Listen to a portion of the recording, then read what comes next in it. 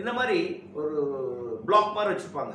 ஒவ்வொரு அந்த பிளாக் முடிஞ்ச உடனே அதனோட விலை ஏறிட்டே போகும். கடைசியில் பார்த்தீங்கன்னா 150க்கு மேலே போகும்போதெல்லாம் சீட்டு 20,000 30,000 வந்துடும் டிக்கெட் விலை.